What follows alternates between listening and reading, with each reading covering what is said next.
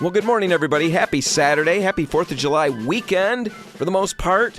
You're listening to the RepcoLite Home Improvement Show, sponsored by Benjamin Moore. I'm Dan Hansen, and I say for the most part because I don't know technically how it works for everybody out there. I know for me, I get Saturday and Sunday off, so today and tomorrow, but then I work on Monday. I've got to phone it in for a day before I get to go and take the 4th of July off. Now, maybe some of you out there get Monday and Tuesday off as well next week. You are lucky people, and I hope you enjoy your weekend immensely.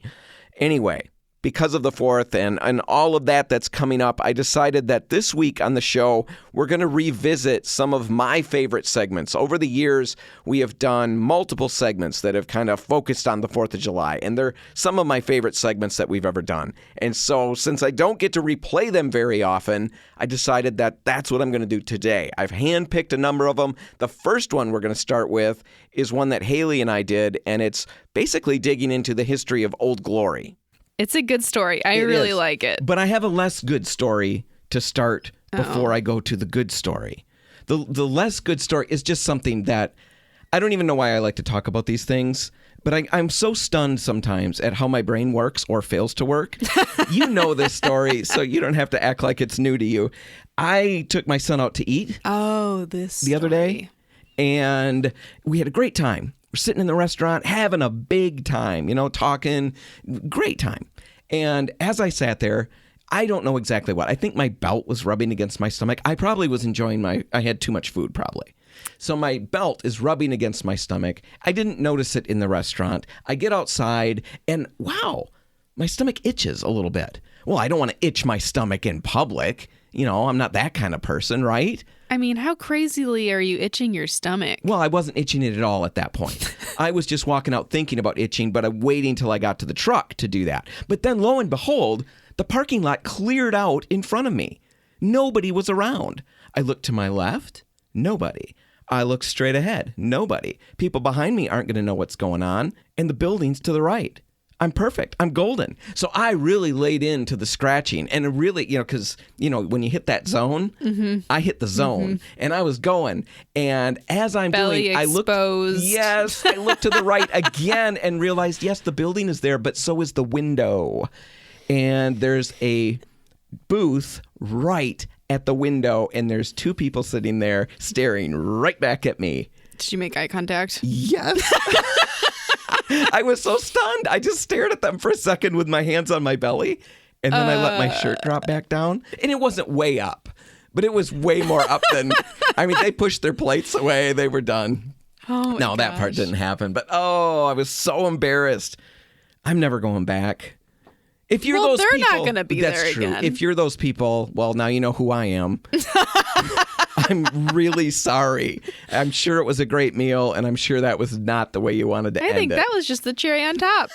Yeah, I don't think so. Anyway, that was my horrible story. Now I have a good story because, like I said, you want to talk about flags. Yes. And I want to talk about what's one of the nicknames that we have. We have the Star-Spangled Banner. Yeah. Right? And another nickname is Old Glory. Old Glory. And I had no idea I never really thought about it before. No, me neither. Where that name came from. But now I know. And I'm going to share it with everybody. So here's the deal. Long ago, I wish I had looked up exactly how long ago. But let's say a while ago. 1800s. All right? Captain William Driver. He's a sea captain.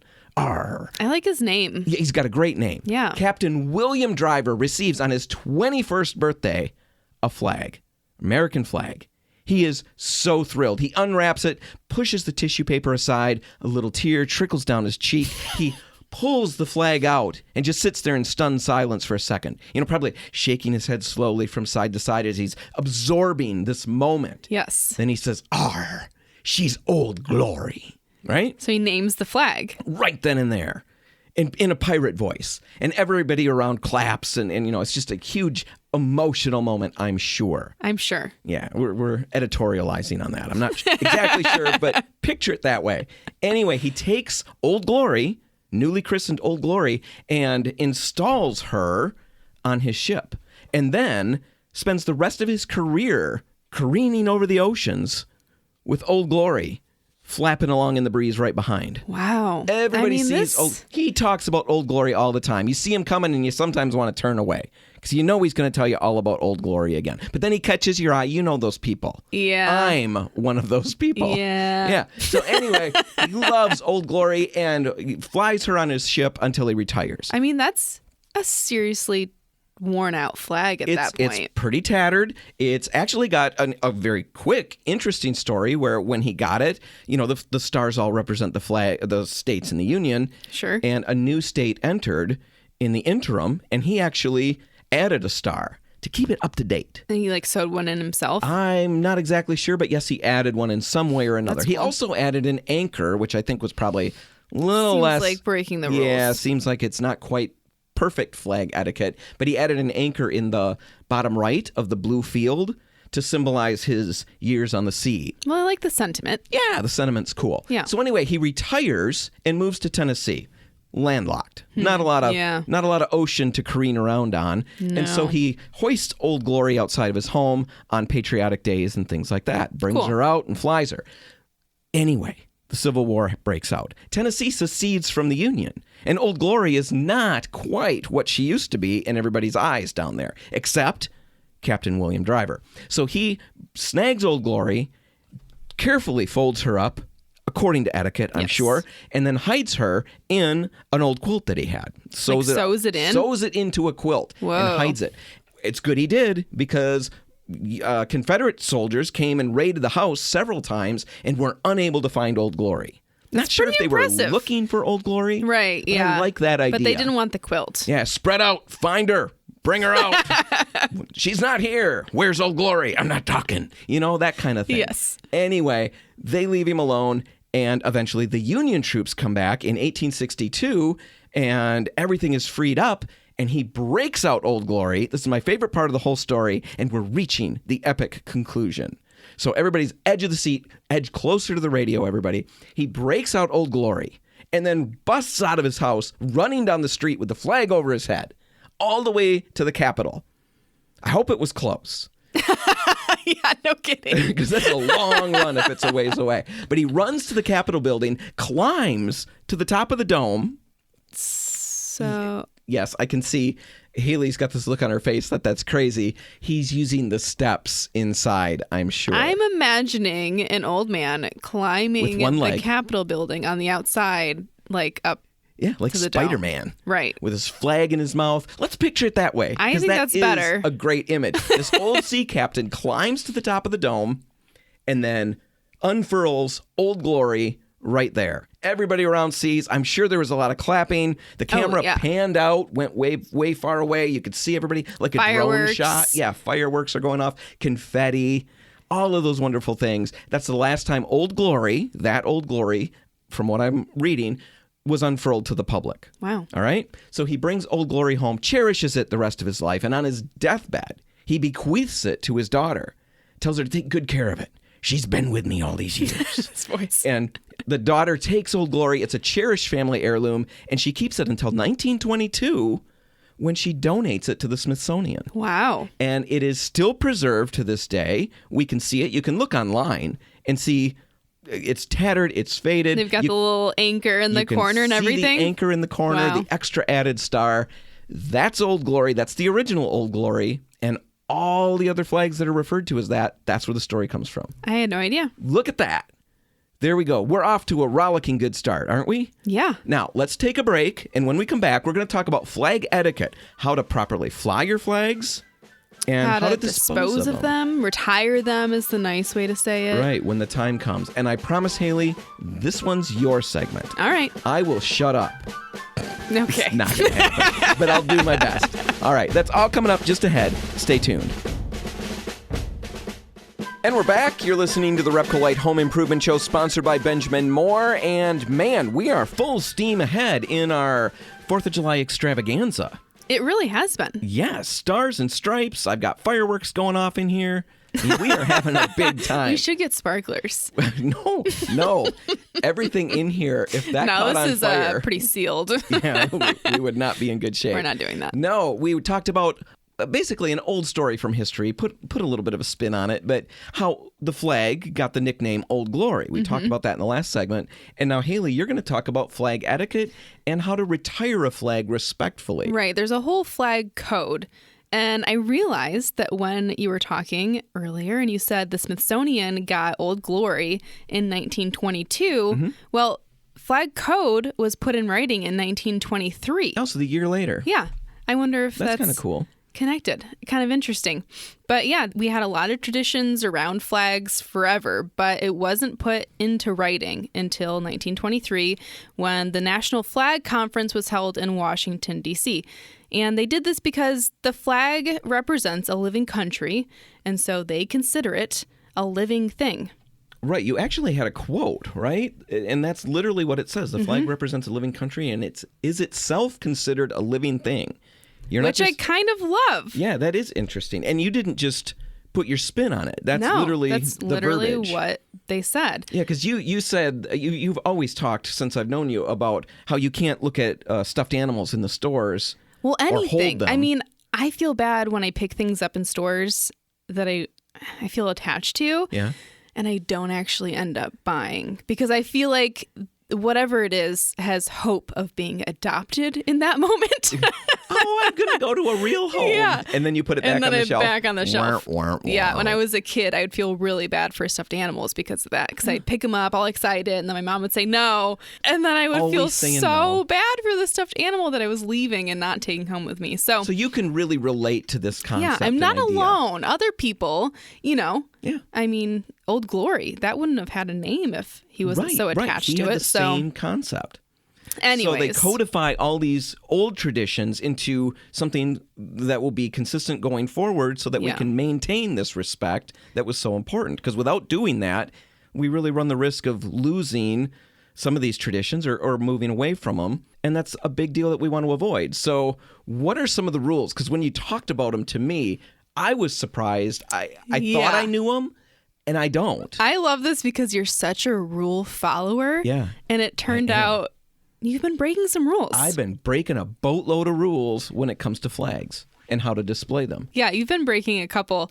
The first one that we found out that you broke is you were flying the flag when it was raining outside. You were not taking the flag down and bringing it inside. I flew the flag in all types of weather. I didn't realize that in inclement weather, I'm supposed to take the flag down from the pole and bring it in. Right. The other one is you were not lighting the flag at night. No, I know. I wasn't doing that either. And I kind of thought about that.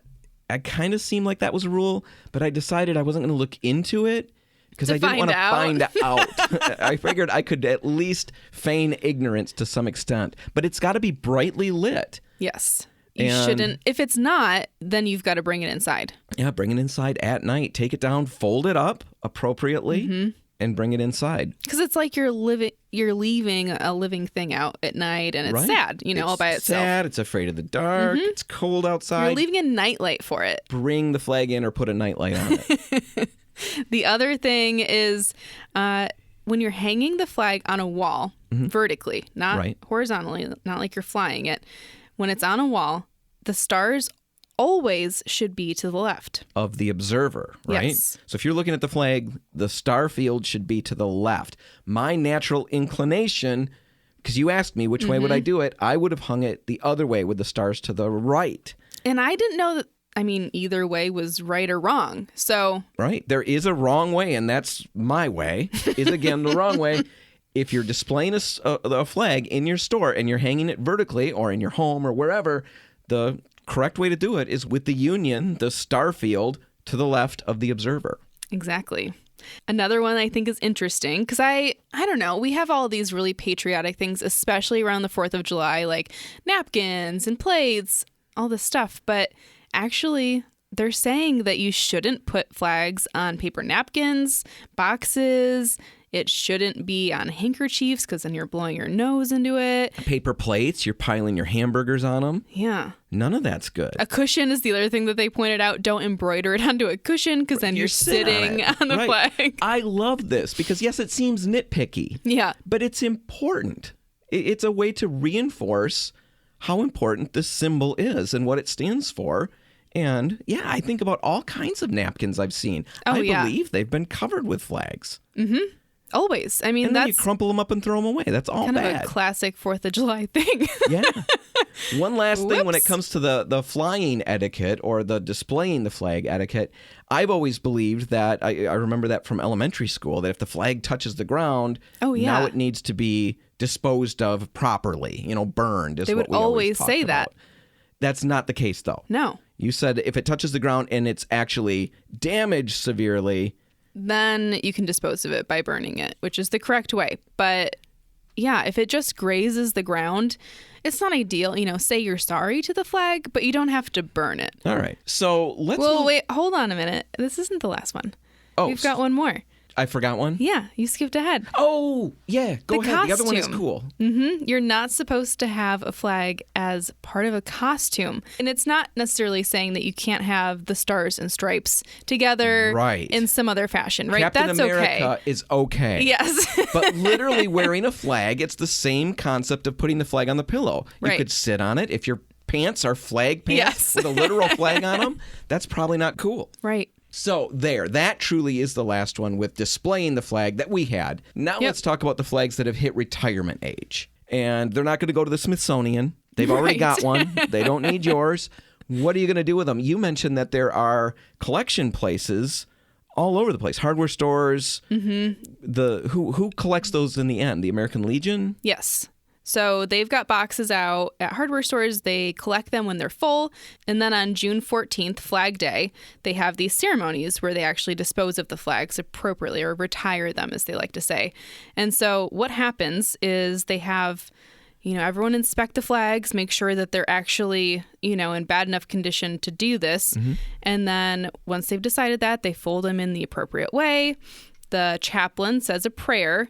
Everyone salutes the flag, and then they burn them. And they dip them in kerosene, so it really burns them. You don't want anything left. Right. You just want ashes. And then as that's happening, a bugler is playing. Yes. They're What's he playing? To the Colors. To the Colors. So Now, it's a big It production. is a big deal. Now, if you want to dispose of your own flag yourself, you can. You can Yes. burn the flag yourself. A couple things to keep in mind.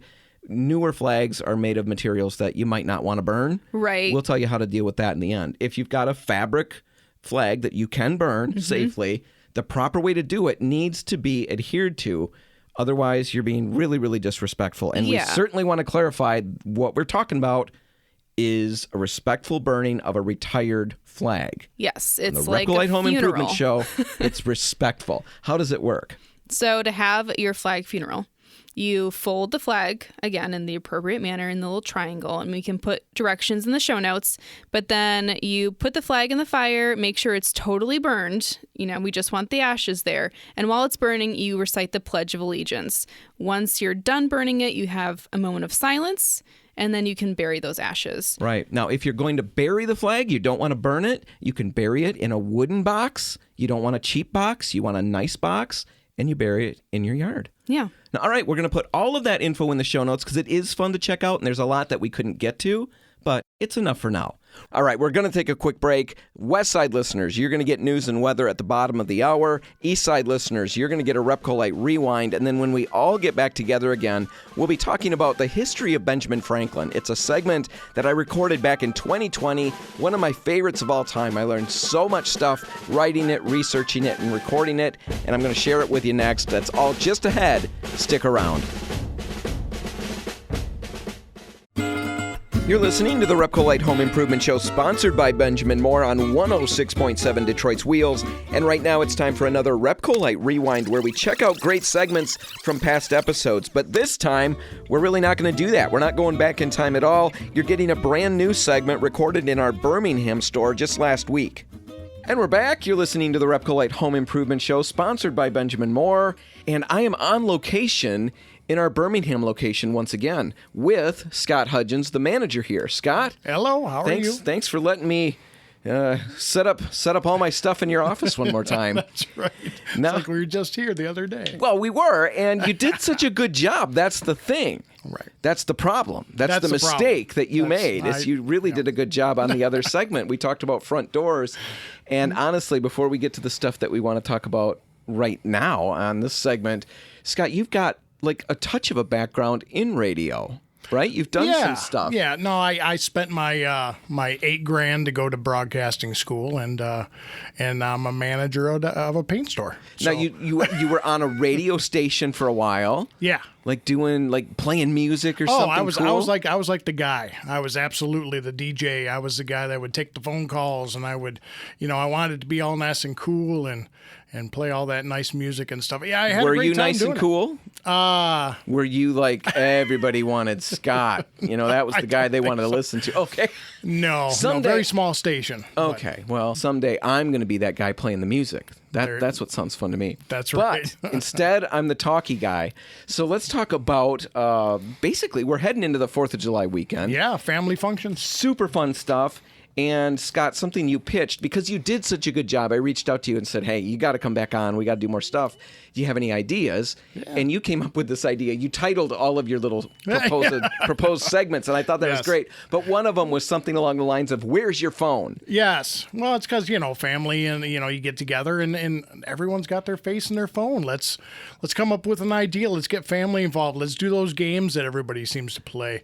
You're out in the you're out at the park and you're getting ready to watch fireworks later on that night and you're eating all this good food and why don't do the cornhole boards, go ahead and do the ladder ball, and so I found a pretty easy way to create your own instead of spending all the big money at those stores. So. Yeah. So where did you want to go with this topic? It's so broad. I know you've got a lot of different areas. You've got paint colors picked out for like different schools or different teams. Yeah. Stuff like that. Because we want to talk about painting the items, the proper paint to use, and get you some colors. But where do you want to go with the whole thing to begin with? It just how easy it is. People think it's going to be this big drawn out thing, and it's not. To do what? To build one of these games? One of these boards. You got the biggest thing now is the cornhole board, and you get your little bean bags and you make a board with a hole in it. It's really nothing to it. And why is it called cornhole? You know what? You seem to be an expert, a man who knows. I should know that, but unfortunately, okay. So we don't have an answer to that. I should have checked ahead of time. I should have did my research. It's one of those mysteries that will just go down. I always wonder every time I see that. But anyway, I know what you're talking about. The cornhole game. That's right. Everybody's playing it. Yeah, it's really easy to make. Let's just zip through real quick and say, listen, you get yourself a 2-foot by 4-foot piece of plywood. It's really nothing. You can go to any lumber yard and be able to get this. It's already pre-cut. You don't even have to do anything with it, at least not until you drill a hole in it. And then the whole bottom side to give you that angle, it's like PVC pieces and little U clips that screw into the actual board itself. And it's really easy to make. It's going to take you maybe an hour tops to actually manufacture this yourself. Now, we've got notes that you put together that will walk people through the process. Yeah. I will put all of that in the show notes. Yes. So you can download those and check them out. But like you said, super easy. Yeah, so, what about the hole? Well, that's the thing. They got to see 6-inch holes. You got two different ways to do it. You can either get yourself a hole saw that's 6 inches if you got to drill at home. It's really not expensive. Or you can go ahead and you can do one of those things where you drill a couple holes once you make the circle and you use a jigsaw. I mean, it doesn't have to be perfect. I mean, you're going to sand it. You're going to make it all nice and smooth and everything. But the key is once you actually build that board and you get the angle you need and literally just putting PVC pieces together and corners and angles, it's the painting. It's making it your own at this point and turning it into something, let's go ahead and have that rivalry that everybody talks about, have one be Ohio State and have the other one be Michigan. Sure. Go ahead and have it painted in Detroit Tigers colors, and the good thing about that is you come to like any of the RepcoLite stores, of course, but we actually have all the colors of the teams and we have them actually displayed at my store. But you can talk to anybody and get these colors. We've got a list of those as well that Scott's put together, and I'm going to put that in the show notes as well so you can find it. Yeah, you've got everybody. And even not necessarily. I mean, I'm a New York Giants fan. I know that's probably... Where in the world does that come from? It was... I don't know. I liked Lawrence Taylor back in 1986, and it just blossomed into I don't know, because they're not that good of a team, but I just love them. It's like you think I would know with the Lions, but anyway, so it's really easy to do, and when you end up getting the painting done and the clear coat on top. So let's talk about that. Let's talk about the process of painting. We're in the studio. Oh, well, I'm actually not in the studio. That is such a force of habit. I'm in your office, Scott, in Birmingham, at the Birmingham RepcoLite, talking with Scott Hudgens. And you just kind of walked us through a real quick layout of how we build like a cornhole game. That's a cornhole Super board, right. simple. Absolutely. Let's talk about painting it now. Okay. The process. We can get you the colors, whatever colors you need. Yeah. We can help you with that. What would you go product-wise, step-wise? So, I mean, you want a good exterior paint. And on top of that, normally I would tell you any of the lines of Benjamin Moore paint that are exterior are very durable. But with that being said, it's going to be a lot of wear and tear on this.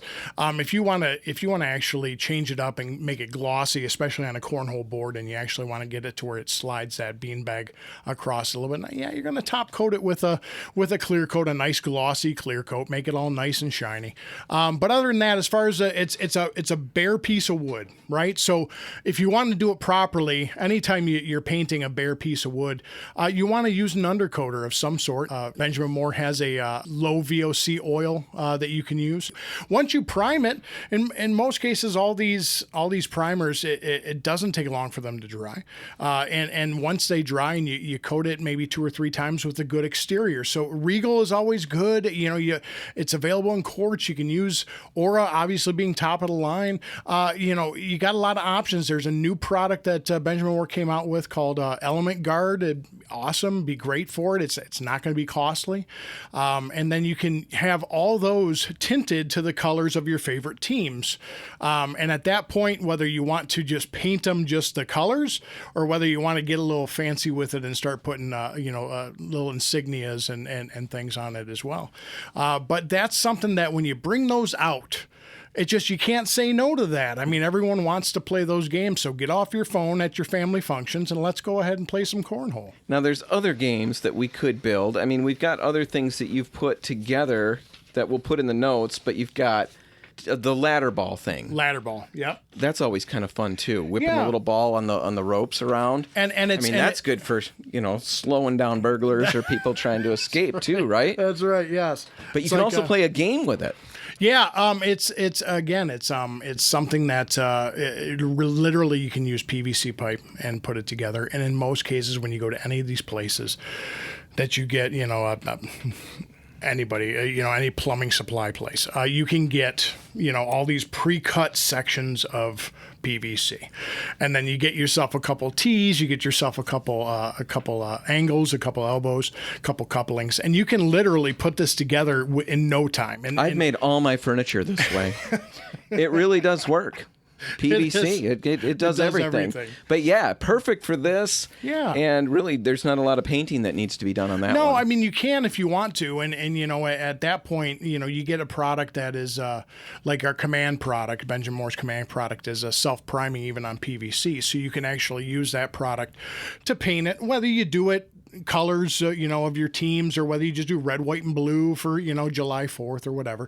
So I mean, it's not difficult. I think they use, easy thing to do is to use a golf balls. Everybody's got a bunch of old used golf balls around, and they want you to do like a 3/8 hole that you drill through it, and that's where the rope goes through. You tie a knot, and there's your little ladder ball, tether, and it's really easy, and you're ready to go. So super cool, super fun, quick. A way to get off the phones, right? I mean, I know I got kids. I catch myself doing the same thing. Glued into the phone, walking around hunched over like that. Put them down, have a little bit of fun. That's right. It's a great weekend for it. Yes.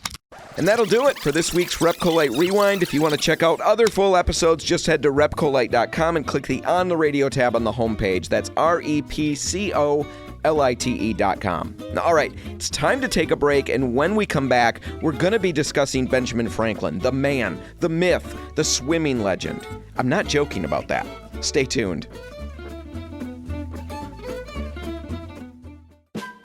Well, hopefully everybody out there is having a great start to your 4th of July weekend. You're listening to the RepcoLite Home Improvement Show, sponsored by Benjamin Moore. And this week, we're doing a best of. We're looking back on all of the segments that we've played over the years that are built around some of our 4th of July themed segments throughout the years. And right now, let's get to a history of Benjamin Franklin. Of all of the founding fathers, and for me, the Revolution, all of the history around the Revolutionary War has always been some of my favorite history. The characters are so vivid, so bigger than life. George Washington, John Adams, Samuel Adams, Benjamin Franklin, Thomas Jefferson, all of those people were just so monumentally important, and the brains that they had, the foresight to see, to have this vision of what a country could be, and then the ability to work for that, to sacrifice for that, to fight for that, and then to craft that vision and basically lay the groundwork for what we have today. That's just really stunning. The whole thing is stunning to explore and study. And Benjamin Franklin, amongst all of those giants, has always been one that, for me, is bigger than all of them. In my mind, he always stood out above all of them just because of everything the guy did. So, Benjamin Franklin, he's described by a noted historian, Perry Miller, as the most massively symbolic figure in American history. Now, we've all heard of him, like I said. We know something about him usually. Almost all of us do. But here's a quick refresher on the whole scope of his life. He was born in Boston in 1706. We always associate Philadelphia with Benjamin Franklin, but he was actually born in Boston. He was the 15th of 17 children. 15th of 17 children. His father made candles and soap. And of all of the crafts or the trades at the time, that was one of the lowliest of them all. Benjamin Franklin actually apprenticed under his father for a while. Not very long, but a little bit. Now, one other note before we move on to some of his accomplishments. He was born in an age where the firstborn son was a big deal. That was the son who had the way paved ahead for him a little bit.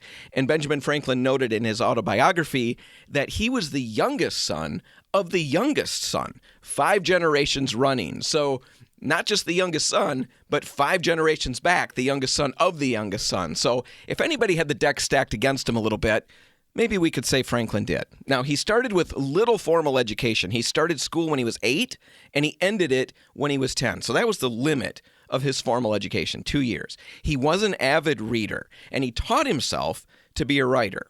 When he was 12, he quit with his father, working in the candle and soap making business, and he transitioned to working with his brother as a printer. At age 16, Franklin starts contributing essays to his brother's newspaper, but he's using a pseudonym, a pen name. He's writing as Silence Dogood, which, if you've watched the National Treasure movies, at least the first one with Nicolas Cage, you should be aware of Silence Dogood because those letters play into unraveling whatever mystery they were trying to unravel. Anyway, Franklin really did write these letters, and his pen name was Silence Dogood, and what makes it really funny is that Silence Dogood was actually a middle-aged woman that Franklin created. So you've got the 16-year-old kid writing with the voice, let's say, of a middle-aged woman. Hilarious stuff, really, when you think about it. It's starting to show his humor and his wit already at that point. Now, it's not long after that he opens up his own printing shop in Philadelphia, and then he eventually goes on to publish what became one of his more famous publications, Poor Richard's Almanac. Now, Franklin was constantly working to improve himself and his adopted city of Philadelphia, where he had settled. He launched a lending library. He worked to establish a hospital and a college. He worked to create pensions. He built institutions for the mentally disabled. He did all of those things, working to better himself and his community. He was also, as most of us are aware, a scientist and inventor. We know about the experiments with the kite to prove that lightning is electricity. There were maybe safer ways that had been done in the past, but he really jumped in with both feet when he threw a kite up into there. He invented lightning rods to prevent fires and all of that. He charted the Gulf Stream. He invented the Franklin stove. He invented bifocals. And, this was kind of interesting, he invented a musical instrument called the glass harmonica. And basically what it was is he had noticed how people would use glassware at parties or events, at dinners, to make sounds. You know, you wet your finger and run it around the rim of the glass and it makes a sound. Well, Franklin created this device that's basically a whole bunch of different sized glassware, and that's what you would do. It would crank, and then you'd use your finger on different pieces, and it would create different sounds. It sounds really fun and interesting when you first listen to it. And after about 5 minutes of listening to it, you've got a pounding headache. So I don't know that it had a long life ahead of it. And in fact, it turns out it really didn't. But one interesting thing is that Beethoven and Mozart actually wrote music for this invention, this instrument that Franklin invented. So there you go. There's something interesting. Finally, besides being a philanthropist and somebody bettering himself in society and being an inventor, Franklin, of course, was a founding father. We all know that. In fact, that's probably what most of us think of when we think of Benjamin Franklin. He spent a lot of his later years in London as a representative of the Pennsylvania Assembly. He came back to Philadelphia when the Revolution started, and he was part of the 5-member committee that helped draft the Declaration of Independence. Later, he was sent to France to enlist their help in the war against England, and he also helped negotiate the Treaty of Paris that ended the Revolutionary War. So the man was there through all of it. Finally, even at the end, he becomes a delegate to the Constitutional Convention and is actually there when the Constitution is drafted and signed. Now, some last unusual facts before we wrap this one up and then go to another segment where we'll talk about some of his quotes and how they apply to home improvement. So, one unusual fact that completely caught me off guard and I thought was kind of hilarious when I thought about it. Benjamin Franklin was inducted into the International Swimming Hall of Fame in 1968. Did you know that? I bet you didn't, because I picture Benjamin Franklin as, how's the best way to say it? Well, I guess I don't picture him as the athletic type. I guess I could say that, nor the tan type.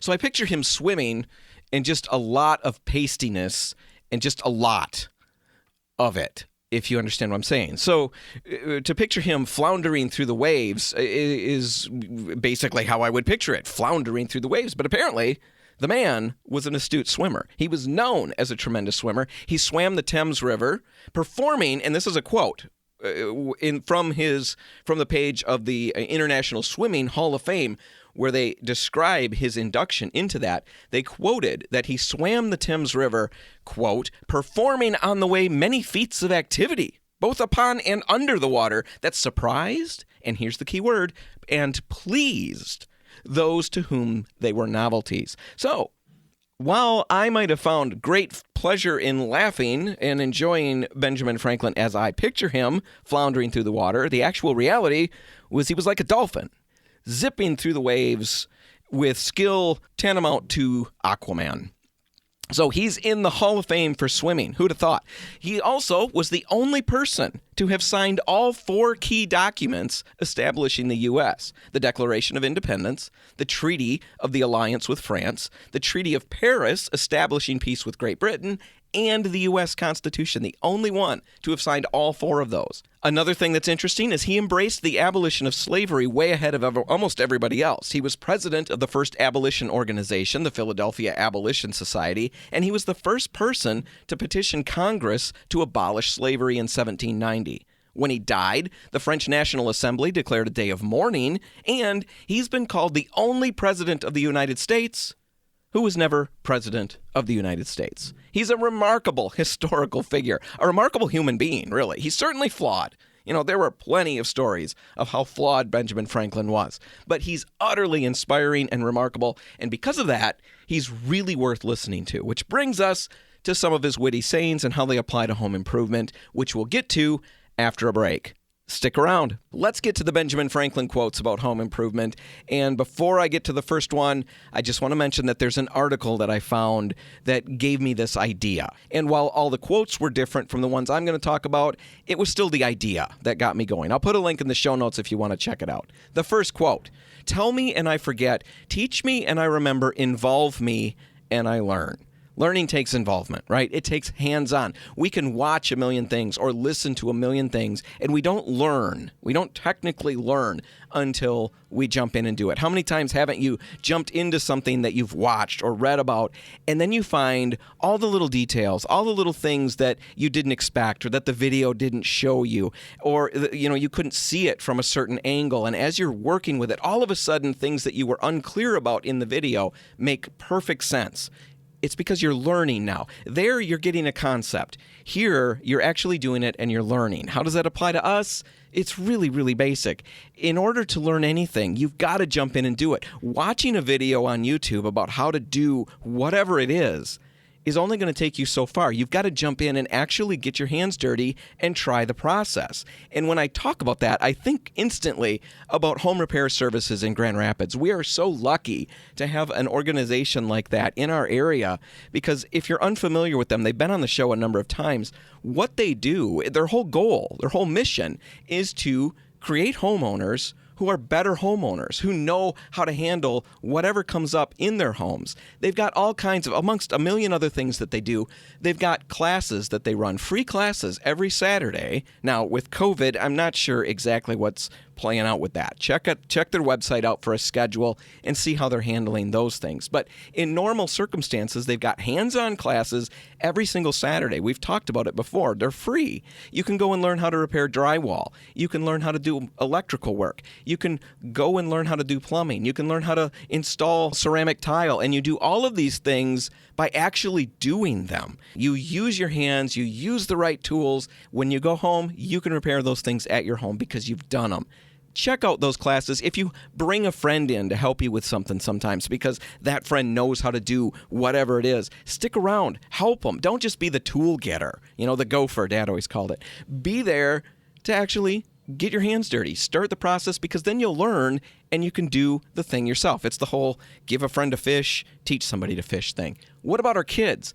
Huge here. It's absolutely huge. It's so easy and it's so tempting and it's so natural to want to yank the tools out of our kids' hands. A lot of us as parents or grandparents want to have our kids help us on a project, right? So we put the tools in their hands and then we watch them.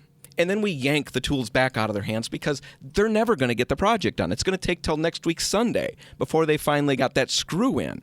And yet, if we constantly do that, they're not learning. They're not being involved. So let them be a part of it. Involving is where they learn. And it's so important for kids to start picking up these skills because we've got generations now that we've created that don't have some of these skills. And it's a little bit scary. The trades have dropped off.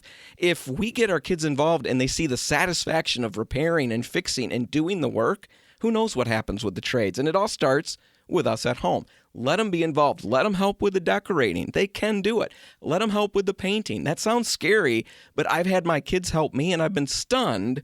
I started with some simple projects that it didn't matter too much if they messed it up too badly. As long as they didn't go crazy, we'd be okay.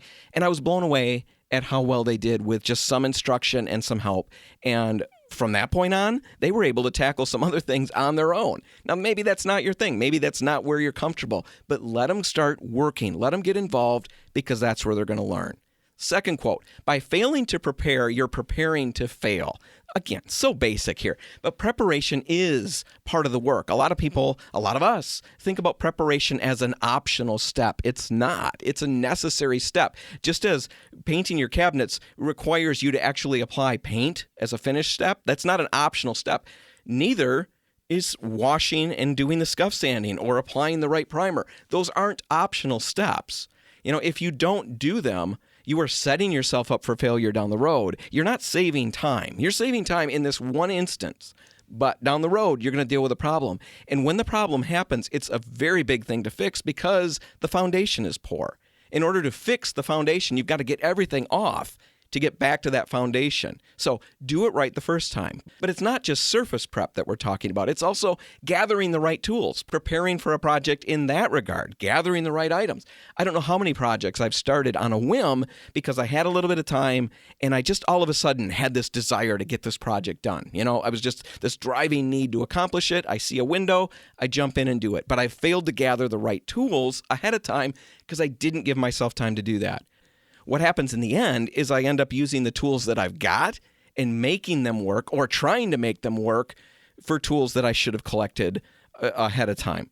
Don't do that. When you do it that way, you're going to struggle and it's not going to turn out the way you want it. The other thing to consider is getting the right information. Again, how many times don't we jump into a project without taking the time to gather the right info? Preparing. It's all about all of those things. Planning ahead, doing the prep work, gathering the right items. If you don't do those things, you're setting yourself up for failure. Another one, energy and persistence conquer all things.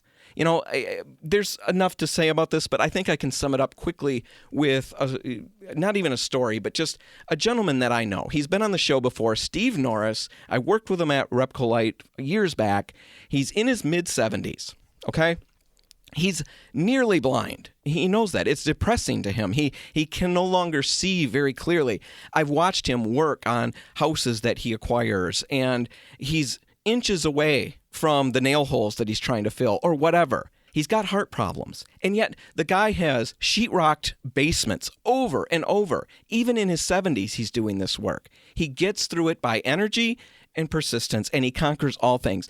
There's no excuse for the rest of us who are fit and healthy, and even for those of us who aren't fit and healthy. All of these projects can be accomplished over time if we just stick to it and dig in and do it. Now, all right, one last one. It has nothing to do with home improvement, but I loved the quote. It's this: I guess I don't so much mind being old as I mind being fat and old. I hear what you're saying, Ben. I'm picking up what you're putting down. Now, we've got to take a break, but when we come back, we're going to be talking about Thomas Jefferson and decorating. That's all just ahead. Stay tuned.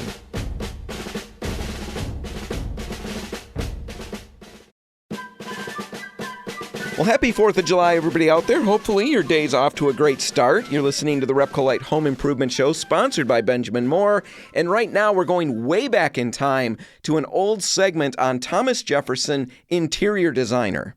Yeah, Thomas Jefferson was a really intriguing person. We all know that he was the author of the Declaration of Independence. He was our third president. He died on the 4th of July. Maybe you know that he spoke 6 languages.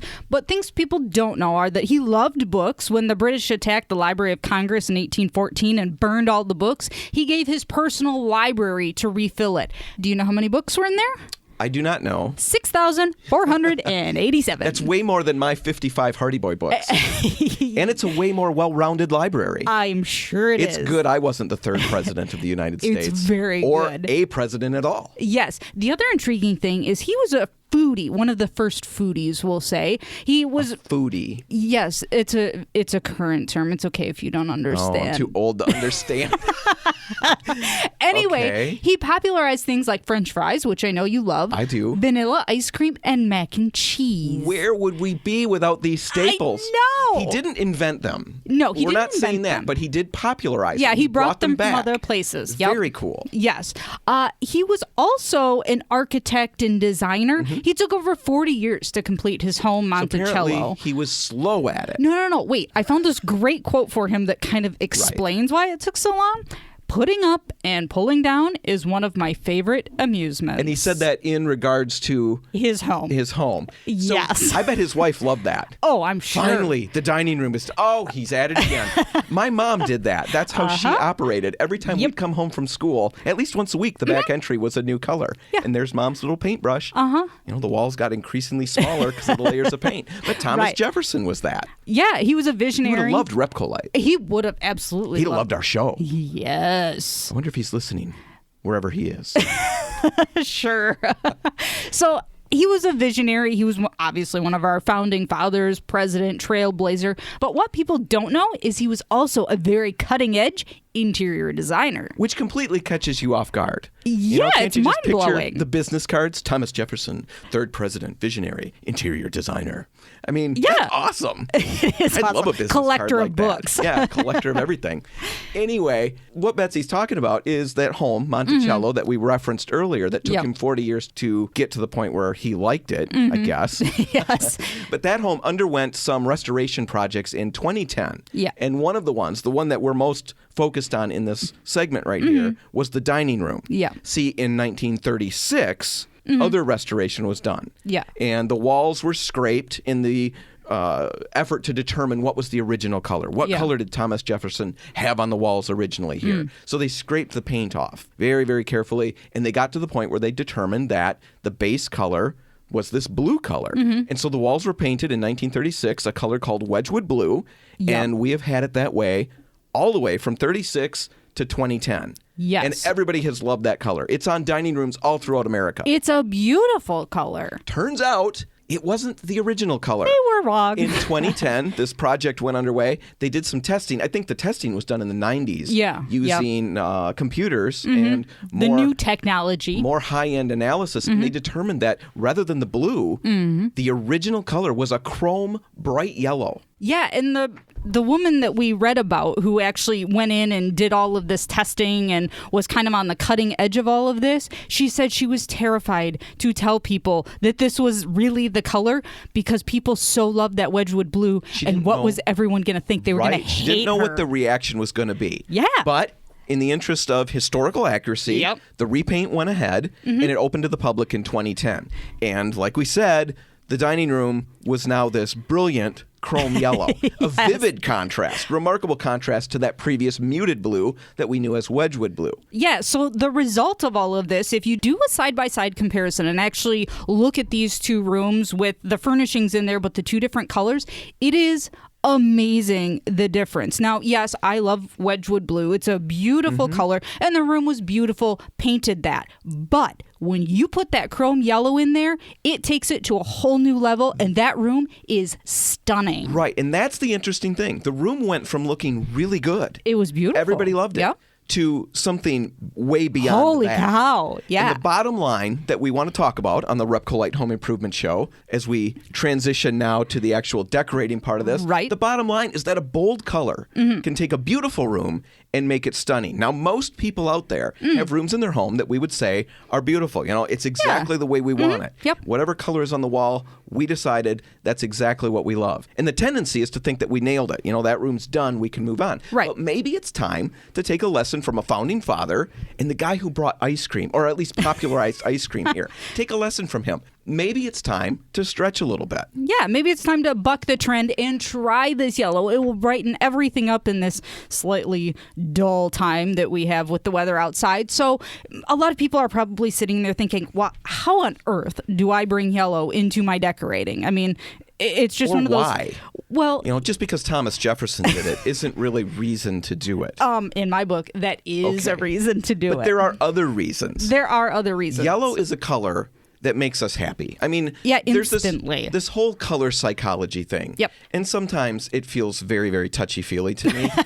But there is a component of that that's absolutely true. Right. When we're surrounded by yellow, you know, the sun is yellow, the warmth, it just gives this idea and this feeling, this atmosphere of warmth, of spring, of happiness. All of that comes from yellow. Well, it can instantly infuse your space with a feeling of life and of energy. It just gives us that uplifting mood that we need right now on this 104th day of January. Longest January ever. Yes. Do you ever remember a January that went this long? No, I really am sick of it. Yeah, holy cow. Yes. So the yellow can warm up our moods. It can bump up our spirits a little bit. Right. But it can be a little bit tricky to work with. And that's what we want to wrap up with here today. And the trick to working with yellow in your decorating is to use it appropriately and understand what it's doing. You know, understanding yellow, what we mean by that is this. You understand what the undertones do. Now, every color is the color that you see on the surface. But there are always undertones. Yeah. You know, colors beneath it that influence it. And what I mean by that is the yellow could lean towards the reds. Yeah, the red undertones. That's a red undertone, and it influences it in a certain way, making it a little more warm, a little more inviting. Right. That's something, if it's a warmer yellow, that you can use on walls, big pieces of furniture. You can use a lot of that. A yellow with blue undertones makes it a little bit cooler, and you want to use that sparingly. Maybe small accessories and maybe really small pieces of furniture, but you don't necessarily want to paint your walls that because it just makes it cold instead of that warm, inviting feel. But even in those little amounts, it's going to do remarkable things in a room. Right. Bright yellows, probably keep those out of bedrooms and offices. Yeah. They tend to disrupt sleep and concentration a little bit, but they're perfect for a dining room.